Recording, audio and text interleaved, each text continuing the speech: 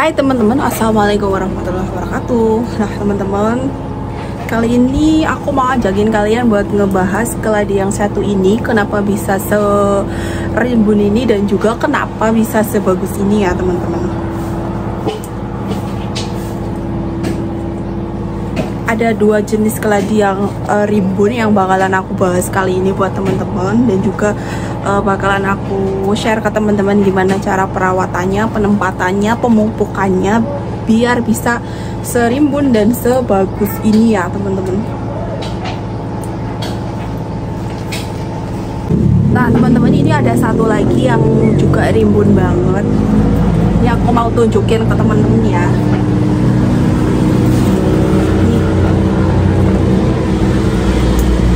Ini sama yang tadi beda ya teman-teman. Kalau yang ini daunnya lebih ke bulat, kalau yang tadi memanjang.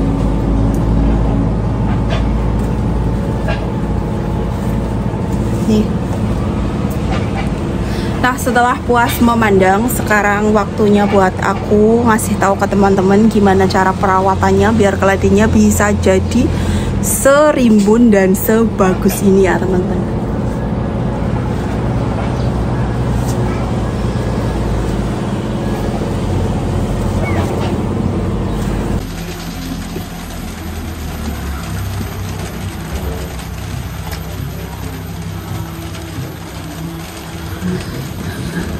Nah oke teman-teman, kita bahas satu persatu ya, kenapa tanaman ini bisa sampai subur terus besar terus rimbun banget kayak gini. Jadi yang pertama yang mau aku kasih tahu ke teman-teman kenapa dia bisa rimbun serimbun ini, karena ini tuh dia tuh tanaman keladi yang ditanam dari biji ya teman-teman. Udah sering banget aku bilang berkali-kali kalau misalnya keladi yang tanam dari biji itu mudah sekali untuk apa ya namanya, untuk beranak pinak dan jadi rimbun seperti ini teman-teman. Tapi juga ada beberapa jenis keladi walaupun ditanam dari biji juga susah untuk rimbun ya teman-teman. Salah satunya yang jenis-jenis tangkai kokoh itu biasanya tangkai kokoh daun tebel super tebel kayak gitu, itu biasanya lumayan sulit untuk jadi rimbun teman-teman. Nah di sini yang pertama tadi kenapa bisa rimbun itu karena dia keladi yang ditanam dari ori biji ya teman-teman. Terus yang kedua kenapa bisa rimbun gini, ini karena sejak tanam dari biji umur udah 1 tahun lebih dia nggak pernah dibongkar teman-teman, nggak pernah dibongkar, nggak pernah diambilin anaknya. Nah sekarang dia lagi berbunga nih teman-teman, udah disilangin ya, mudah-mudahan berhasil. Akhir-akhir ini lumayan banyak keladiku yang gagal panen biji teman-teman, kayaknya karena faktor apa, hujan terus atau gimana nggak tahu, tapi bijinya tuh gagal. Nah ini mudah-mudahan nanti nggak gagal ya teman-teman. Terus kenapa bisa rimbun juga, karena dia itu apa ya teman-teman, dapat suplai sinar mataharinya tuh cukup teman-teman, nutrisinya juga cukup. Nah di sini untuk membahas nutrisi atau pupuk, di sini biasanya keladi ini tuh aku pakein pupuk AB Mix, tapi untuk yang udah segede-gede ini aku jarang pakai AB Mix. Ini udah lebih sering pupuknya tuh aku pakai NPK teman-teman, kadang-kadang Dekastar, kadang-kadang NPK seadanya, jadi nggak patokannya tuh selalu AB Mix. Kalau AB Mix itu aku fokus untuk yang apa ya, untuk yang kecil-kecil teman-teman, untuk yang masih kecil-kecil itu aku pakein AB Mix-nya itu full. Tapi kalau yang udah gede-gede kayak gini, ini lebih sering dipupuk pakai NPK teman-teman. Nah terus juga selain pemberian pupuk dan juga nutrisi, yang paling penting banget kenapa keladinya bisa kayak gini itu adalah sinar matahari ya teman-teman. Sinar matahari itu benar-benar berpengaruh untuk pertumbuhan. Salah satunya untuk mengeluarkan warna, terus membuat karakter keladi itu jadi kokoh tangkainya. Terus nih aku tunjukin ya teman-teman. Jadi sebelumnya tanaman keladi ini kan ditaruh penempatannya tuh kan di sana ya teman-teman. Itu teman-teman bisa perhatiin ada 2 piring atau tatakan. Ini sebelumnya aku taruh di sana kan. penempatannya memang aku taruh di sana. Nah, di belakang itu, di belakang sana sebelumnya tuh ada pohon jengkol yang besar yang nutupin matahari. Jadi tuh daun keladinya sebelumnya yang kurang dapat sinar matahari, warnanya itu nggak keluar teman-teman. Nih, ini daun-daun yang sebelumnya kurang mendapatkan suplai matahari, dia warnanya cenderung ke hijau. Tapi setelah pohon jengkol yang ada di sana ditebang, warna daunnya jadi lebih keluar nih teman-teman nih. Teman-teman bisa bedakan ini daun yang lama yang kurang mendapatkan sinar matahari, terus ini daun-daun baru yang mendapatkan sinar mataharinya itu, suplai mataharinya itu banyak atau lebih. Sangat jauh beda ya teman-teman nih. Ini juga biarpun kecil, tapi ini daun baru nih, ini anakan baru nih. Terus juga tangkainya jadi lebih kokoh dan juga lebih pendek teman-teman.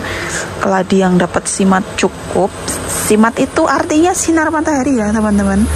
Keladi yang dapat simat cukup, tangkainya itu akan jadi kokoh. Nah, aku sering dapat pertanyaan dari teman-teman, Mbak, kenapa keladinya aku tuh tangkainya delolor-delolor, panjang-panjang terus lemes. Nah, itu biasanya keladi yang kurang dapat simat ya teman-teman. Nah, nih aku tunjukin ya perbedaan antara mana sih tadi. Nah, ini nih antara keladi yang dapat simat cukup sama keladi yang dapat kurang, yang simatnya kurang nih.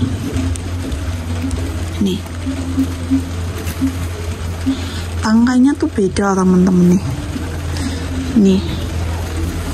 Ini tangkai daun yang sebelumnya kurang dapat suplai sinar matahari. Ini panjang banget ya kan teman-teman, panjang nih. Dan setelah dia dapat sinar matahari yang cukup, tangkainya mulai pendek teman-teman. Jadi daun-daun baru yang pada keluar itu tangkainya jadi lebih pendek, terus juga lebih kokoh teman-teman nih. Ini pada lemes karena waktu itu kurang dapat simat.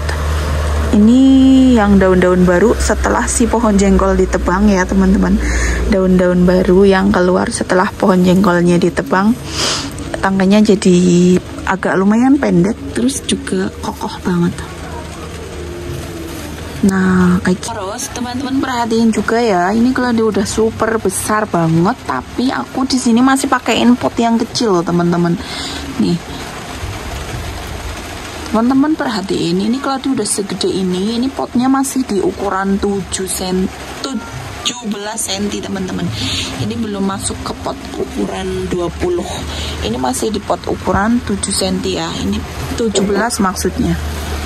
Ini pot 17 ya. Jadi aku sering banget dapat foto, masih aja sering banget dapat foto dari teman-teman.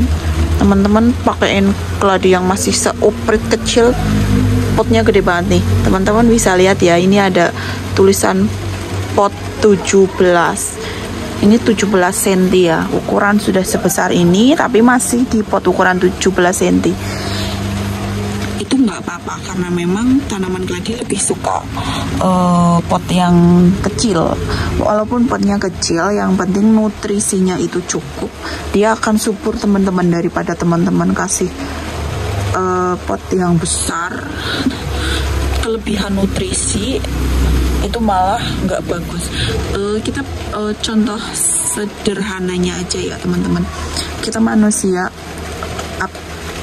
gitu ya, dikasih makanan yang terlalu banyak gitu kan, itu bukannya kita jadi sehat, malah kita jadi penyakit kan. Itu sama aja filosofinya itu kayak gitu sama tanaman. Secukupnya aja, jangan berlebihan ya. Sama yang satu itu juga dia masih di pot ukuran 17 teman-teman. Ini juga udah besar banget, juga masih di pot ukuran 17. Untuk di sini tanaman-tanaman keladiku paling besarnya itu potnya itu cuma sampai di ukuran 20 sentian aja, nggak ada yang sampai besar-besar banget ya teman-teman ya. Mudah-mudahan teman-teman di video ini benar-benar paham ya, benar-benar ngerti.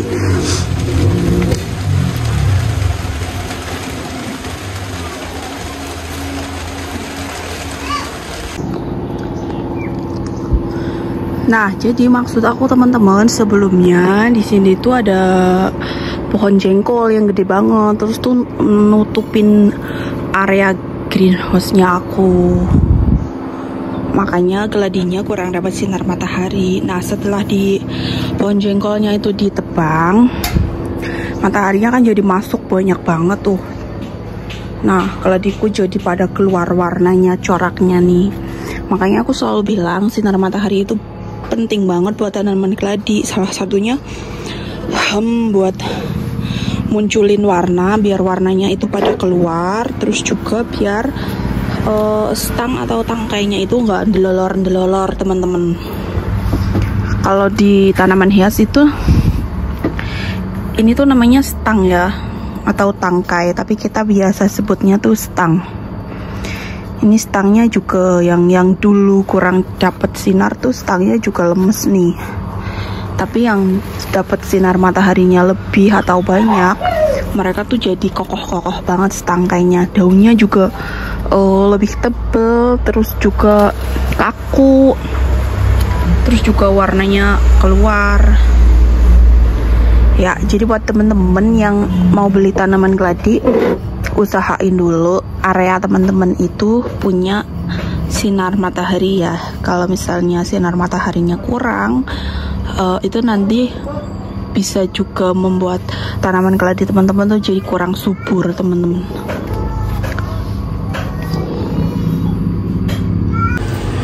Nah, oke teman-teman, itu tadi pembahasan kita tentang keladi ini ya, kenapa bisa subur dan juga rimbun.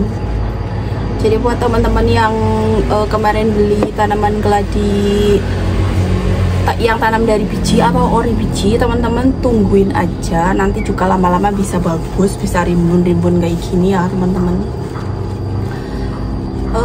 Mungkin segini aja dulu ya teman-teman pembahasan kita kali ini.